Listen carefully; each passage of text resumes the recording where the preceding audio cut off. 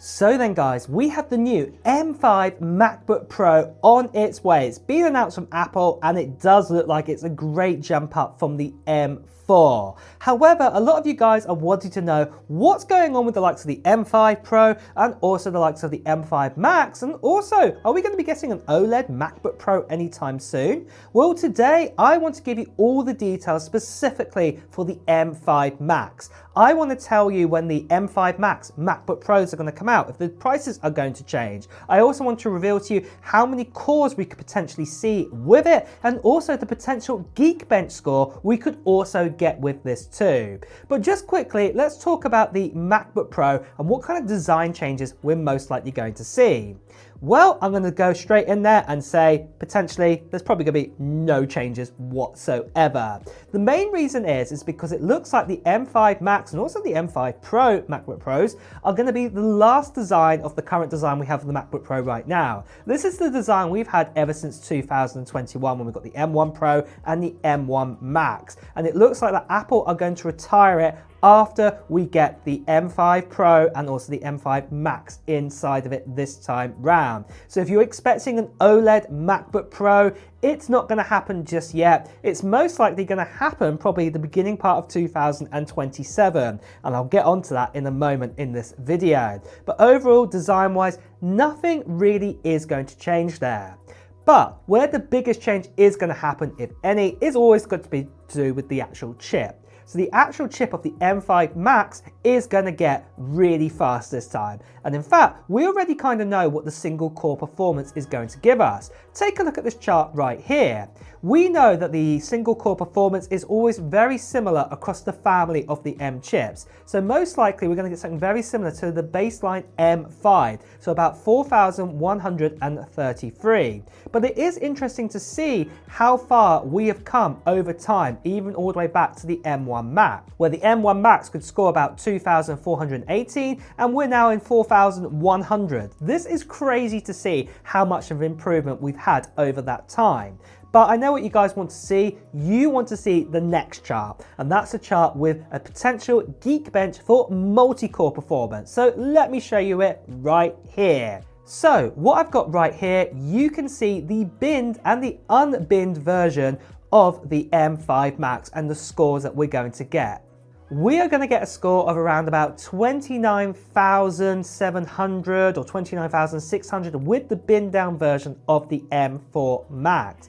But for the unbinned, the full fat version, as I like to call it, well, this is where it's going to be different.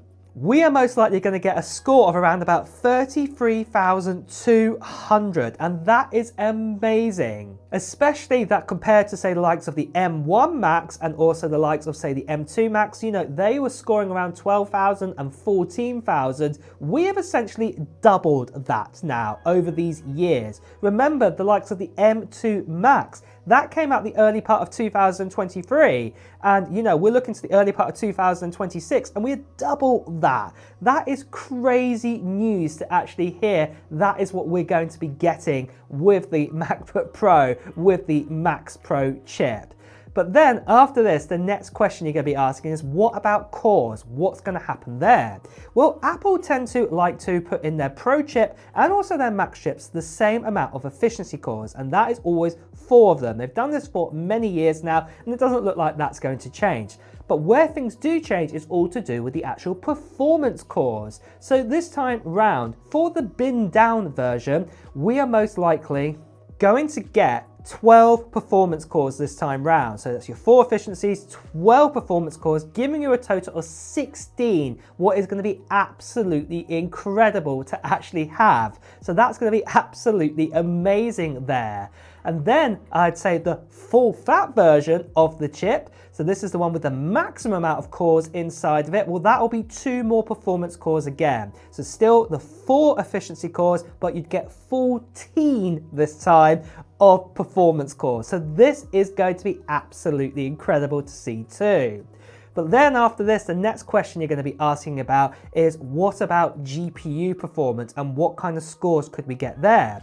Well, same sort of thing we had before. We can kind of work out what the metal score will be for the M5 Max. Let me show you again in a chart. we can see we're going to get about 219,500 or so for the bin down version of the GPU cores, but then we're going to get 256,000, that's 700, for the full fat version of the likes of the M5 Max. This is incredible to actually see. This is going to be amazing in performance wise. And again, just have a look at the differences that we've got right here. Remember, when we had the first M1 Max, we had the likes of say 100,000, just over that, 106,000. Now we're at 256,000. This is a massive increase in performance that we've got in graphics here. So this is super exciting to see as well. But then the next question that you guys are going to be asking is about, well, how many cores does that mean then, what we're going to get with the two versions? Well, let's go through that right now. So first of all, with the binned version, we are going to get a total of 34 GPU cores this time. So again, that is a good improvement on what we had with the likes of the M4 Max, but then the full fat version of the M5 Max, well, the amount of cores we're going to get there is 42 cores. Again, this is amazing to see that this is what we're going to get, and also that kind of performance gains we're going to get over the board with that. But first, just quickly guys, I want to tell you about two things. First of all, I've got my own product coming out soon on this channel, what I'm going to be talking about very soon, and it's going to be absolutely awesome. I cannot wait to reveal even more details about this. But the other thing that I want to tell you about is the giveaway we're doing on this channel for this right here. It's for an iPhone 17 Pro Max that I'm giving away on an international giveaway to one lucky subscriber in the middle of January 2026. And you can enter into this giveaway right now. There's just two things you need to do. The first thing is just put down into the comments below of what technology gear you're hoping to still get in 2025 or even into early 2026. And then the other thing you need to do is watch out for a video that I'll be making near mid-January time, giving you even more details about the giveaway, including when I do the live stream to give this away, and also a form to fill in as well. So you want to definitely see that video. So the best thing that you can do to make sure you get that video is to subscribe to this channel and hit that notification bell. Plus you also want to be a subscriber, because obviously I'm giving this away to one lucky subscriber. The last thing I just want to quickly say to you guys is that sadly there are still lots of scammers and spammers out there, people still impersonating me, telling you to WhatsApp, Telegram, Instagram direct message. Please do ignore these people, better to see right here. Please do report them.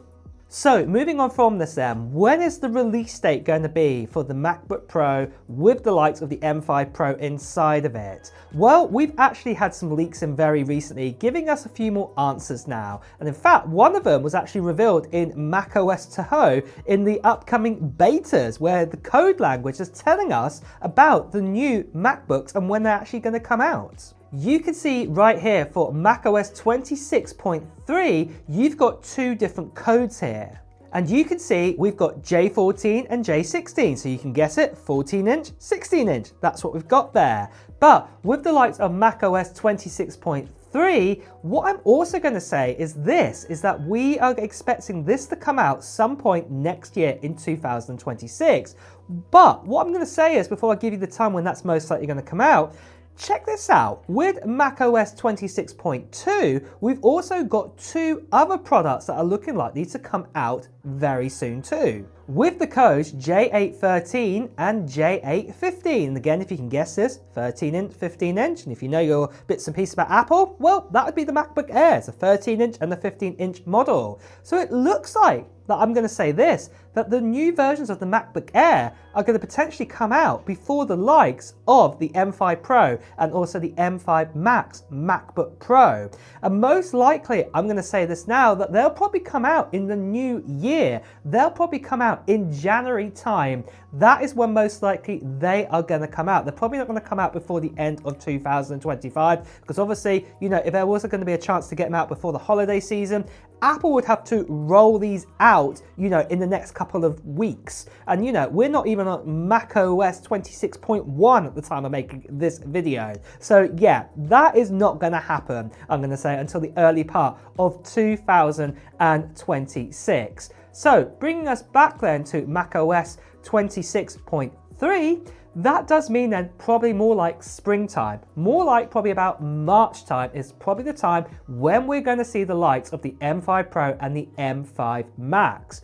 But what I'd also throw into the mix there is also that it means that those OLED MacBook Pros, when are they going to come out? Well, I'm going to tell you this right now. Sadly, that does mean that they're probably going to be pushed out even further, potentially into the early part of 2027. Do remember, like this leak shows right here, it does say that they're going to start creating the new MacBooks in the end part of 2026, probably because they're going to get them ready for the early launch of 2027. So probably maybe January or February sort of time, 2027, when you'll get those M6 models. But the main thing to take away from that is that, you know, the actual new MacBook Pros with the M5 Pro and the M5 Max is going to be probably going to be early kind of springtime. But then the next thing you're going to ask about is what about pricing? What is going to happen there? Well, again, I'm going to say the same thing. Because the M5 MacBook Pro, the pricing didn't change whatsoever. I'm going to say more than likely it's going to be a very similar situation again, that the likes of the M5 Pro and the M5 Max MacBook Pros will be the exact same pricing as their predecessors, the M4 Pro and also the M4 Max. So best thing to do is look at Apple's website for inspiration there in what is actually going to happen. But that is really the latest and greatest we have on the new MacBook Pros. Are you excited for them? Are you going to get any of these models, or are you going to wait to possibly even to early 2027 to get the new generation of the MacBook Pro? Well, let me know in the comments below. And on that note as well, guys, it's time to wrap up this video too. So if you have enjoyed watching it, please do press the like button. As always, if you want to hear the latest Apple news, reviews and comparisons, make sure you subscribe to this channel and also hit that notification bell. Until next time, guys, I'll see you really soon. Take care. Bye bye.